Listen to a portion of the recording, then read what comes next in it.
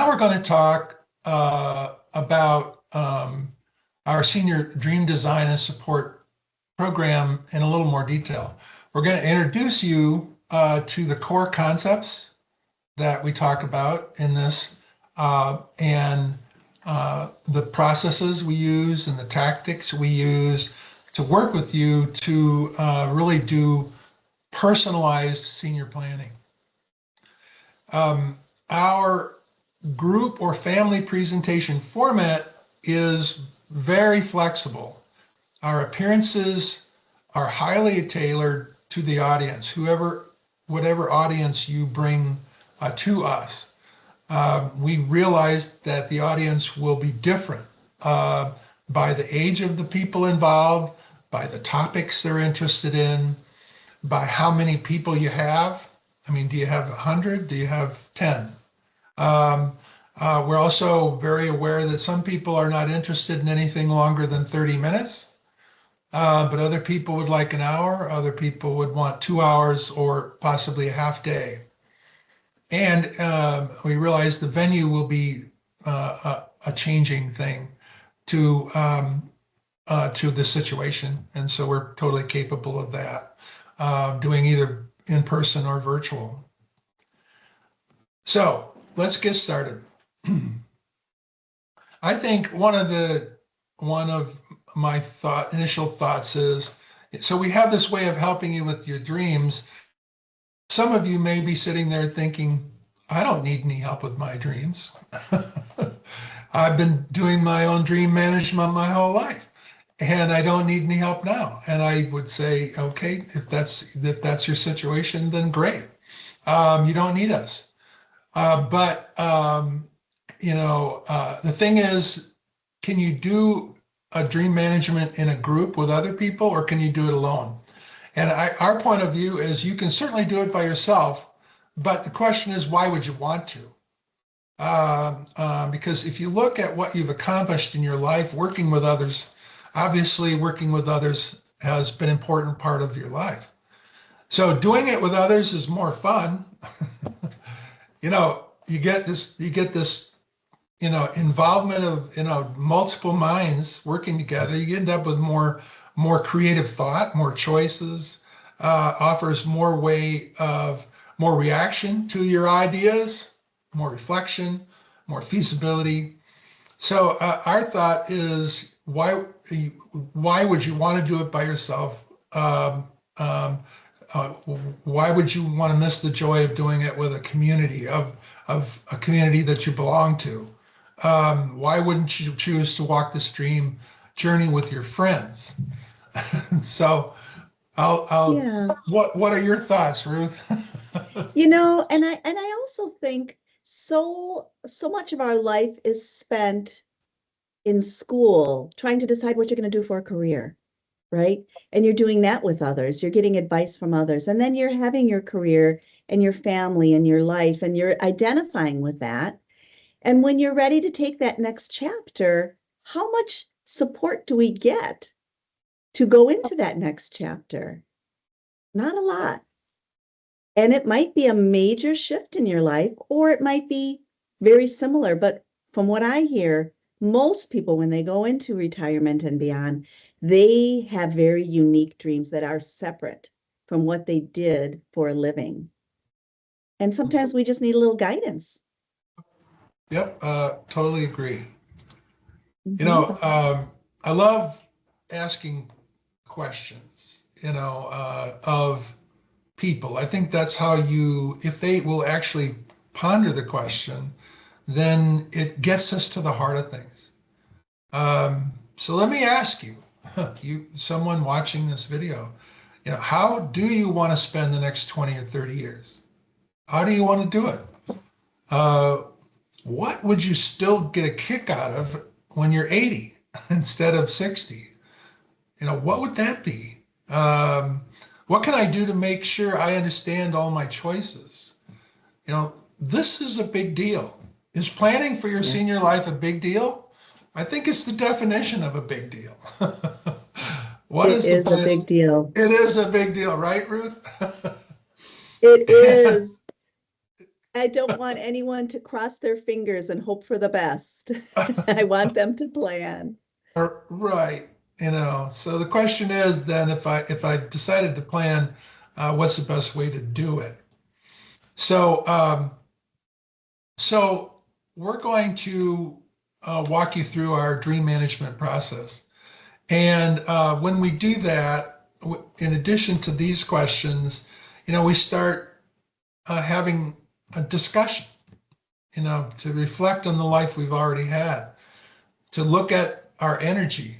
If we're planning for specific things in our life, how much time in a day do we want them to take up? Do we want it to be half a day a week? Do they want it to be, all week? What are your thoughts? We're going to talk about volunteerism, talk about what would be meaningful, talk about what does it mean to as a legacy, what you decide to do with your senior Yes. Years. And let's reframe your support as necessary, and let's do some lifestyle design. Comments, Ruth? Couldn't agree more. I love mapping this out. It gives you a place to follow. So what is volunteerism? What are the opportunities for you in volunteerism? Do you want to mentor? Do you want to teach, build? You want to be an advocate? I feel like I am an advocate for senior living at this stage of my life. That's a choice I've made, and I'm very happy with it. I'm delighted with it, actually.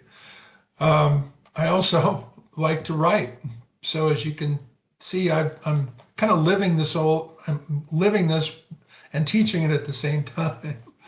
But what we bring to the table is we bring you an extensive list. We've done the research, and so we can bring to the table lists of national and local organizations to consider volunteering with. That would be useful, and perhaps there's things you'd never would have thought to that about. You know, we're going to walk through hobbies. Um, Certainly you have thought about hobbies, but maybe you haven't thought about all of them. What are your thoughts, Ruth? You know what I've noticed is often hobbies change. What a person loved for the majority of their life, suddenly they're not finding as much joy in that, and they want to go in a different direction.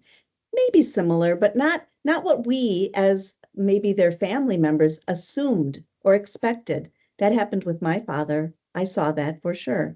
So it's wonderful that we can lay it out. I hadn't really thought about sports or, I hadn't really thought about art or drama. I've never explored that part of me. And I love that we're going to lay all that out and maybe it'll change. Maybe that final chapter is changing a little bit.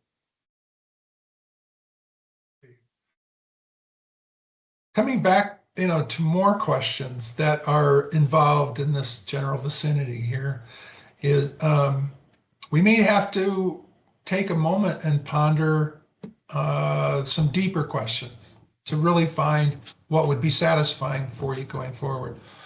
So let's reflect on your life. When in your life did you feel most useful to other people? Um, what accomplishments in your life make you smile when you think about it? What do younger people most misunderstand about life? What are they missing? What can you share with them? I'm not going to just read all these questions to you, but you're getting the point. If you could spend the next 10 years helping one group of people, who would it be? I think this topic deserves reflection. It deserves time. If you have continued to push this whole planning process out to someday, out into the land of someday, and you haven't brought it into the land of today, then this is a great way to get started. Um, um, because it will be better. I don't think there's any doubt that your senior planning will be better when you take the time to reflect and really think about it. So I'm going to turn this over to Ruth to talk about Yeah. the services and resources that you provide, assuming we've found Yeah, the right goals. absolutely. Often families, when they don't know what to do next, that's the call, you know.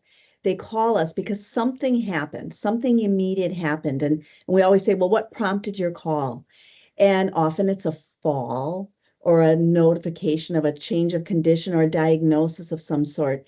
And so they don't really know where to start. And we recognize that every single call is going to be unique. So we chat with that person over the phone. Our preference is, of course, to then meet in person and talk about breaking things down. What type of care do they need? And what type of supervision do they need, depending on whether they need supervision. And then based on that, what are all the resources and all the disciplines, home health, medical, rehab, what is all the things that are available and appropriate for your situation? And it starts helping families identify this is solvable. This immediate crisis is solvable. Once we get things stable, then we want to go back and talk to them. Okay, now things are stable. Now we can kind of breathe a little bit. What's necessary now to maintain your current condition, to improve your current condition, and most of all, not to go backward? We don't want you to have a setback.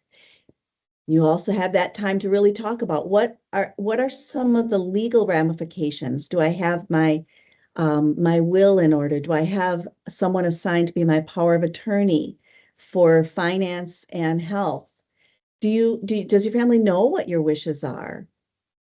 And then really taking that look at that long-term decisions. And along with this plan, that can be much more clearer for both you and for your family if you really laid out what are your long-term goals? Where do you want to live out your life? What's an obstacle to that goal? And that all really breaks down to some basics. Supervision, or excuse me, services and resources are things like your activities of daily living. How are you getting dressed? Do you need help transferring from one place to another, from bed to a chair? Do you need help with personal hygiene or getting a meal prepared so that you can spend all your energy doing the things you enjoy? Would it make sense to have some supervision to reduce falls? Or do you need supervision because maybe you're having some cognitive or memory changes and you need someone to help you make good decisions? Oftentimes we hear families, they just want some companionship. You address that, John. Loneliness and isolation, especially after the loss of a spouse or the loss of a friend or family member, that's huge. And so many people don't want to stop driving because that will break down their ability to continue being independent. But there are things you can do. You can have a personal assistant, which I think we all deserve, you know. We look at the house itself and how to make sure that it's safe. And does it make sense to have some adaptive equipment? Could be inexpensive changes to the home and the environment. We're in an age right now where there is so much with regard to technology that a lot of what we used to do physically can be solved with electronic features. And that's a really exciting conversation to have with a family. And then finally, it's always the bottom line. It's how do I pay for this? Right? How do I mix in both family and friends and volunteers with the cost of care? And I love that conversation because I worked in all areas of support and residential care. I've worked in group homes, in nursing homes, in apartment settings, and in people's homes. And so I can help you look at all of those and really decide what's right for me, because what one person wants might be different than what someone else wants. Are they eligible for grants? Are they eligible for Veterans Administration benefits, either the veteran themselves or their spouse? There are some new products now, even within Medicare, where people can tap into benefits to help pay for care and Medicaid. So we walk through all of those that are appropriate for you.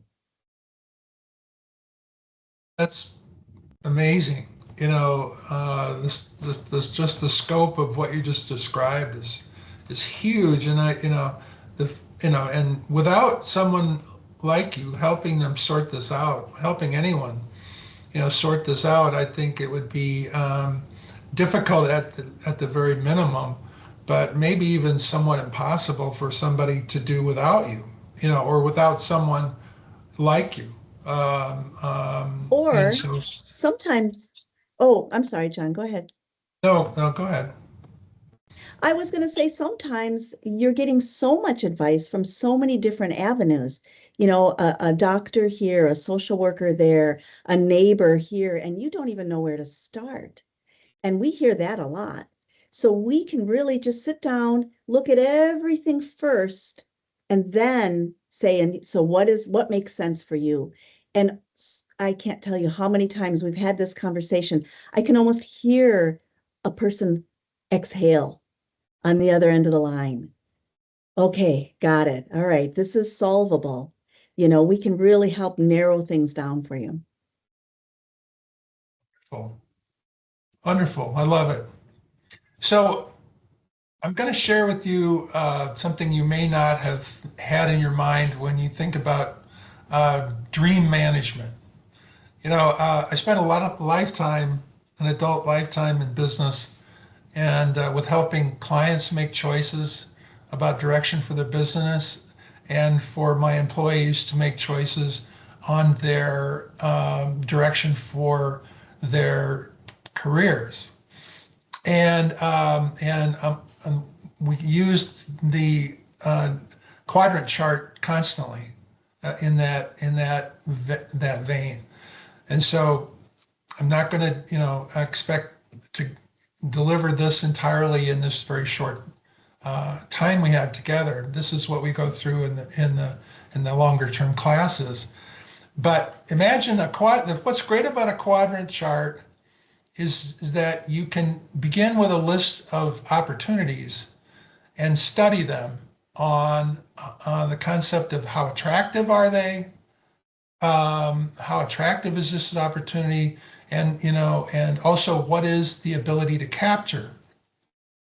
And so you can actually take these ideas, and with some further thought, you can assign a numeric value to those things. And how does it look? Well, what you imagine is what you decide to do would be very attractive, so it would be high, and it would be something I could actually do. It would be something I can actually capture. So it would also be very far to the right on this horizontal axis. So we're trying to figure out what should we pursue? What should be our priority out of all the ideas? And this is what we go through in quite a bit of detail. But I'm going to very briefly share with you my mom.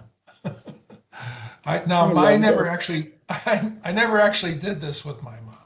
I did it. I certainly tried to help her decide what she was going to do after retirement, but not in nearly as organized a fashion as this.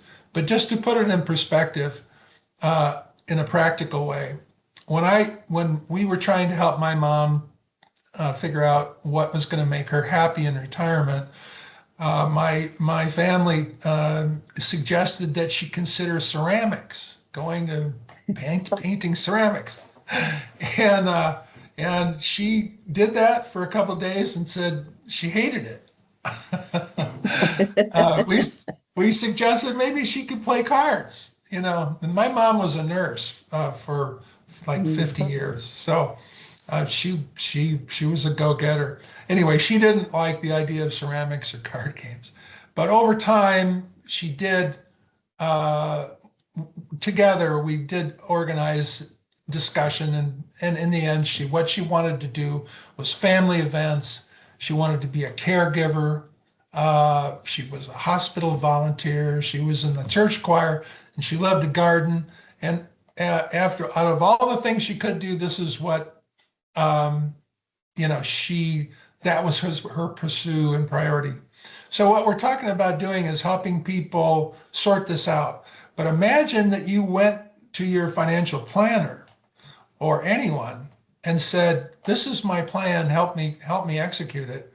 That's that's where we're going with this. And particularly when you work with Ruth, you may have something that you would really like to do.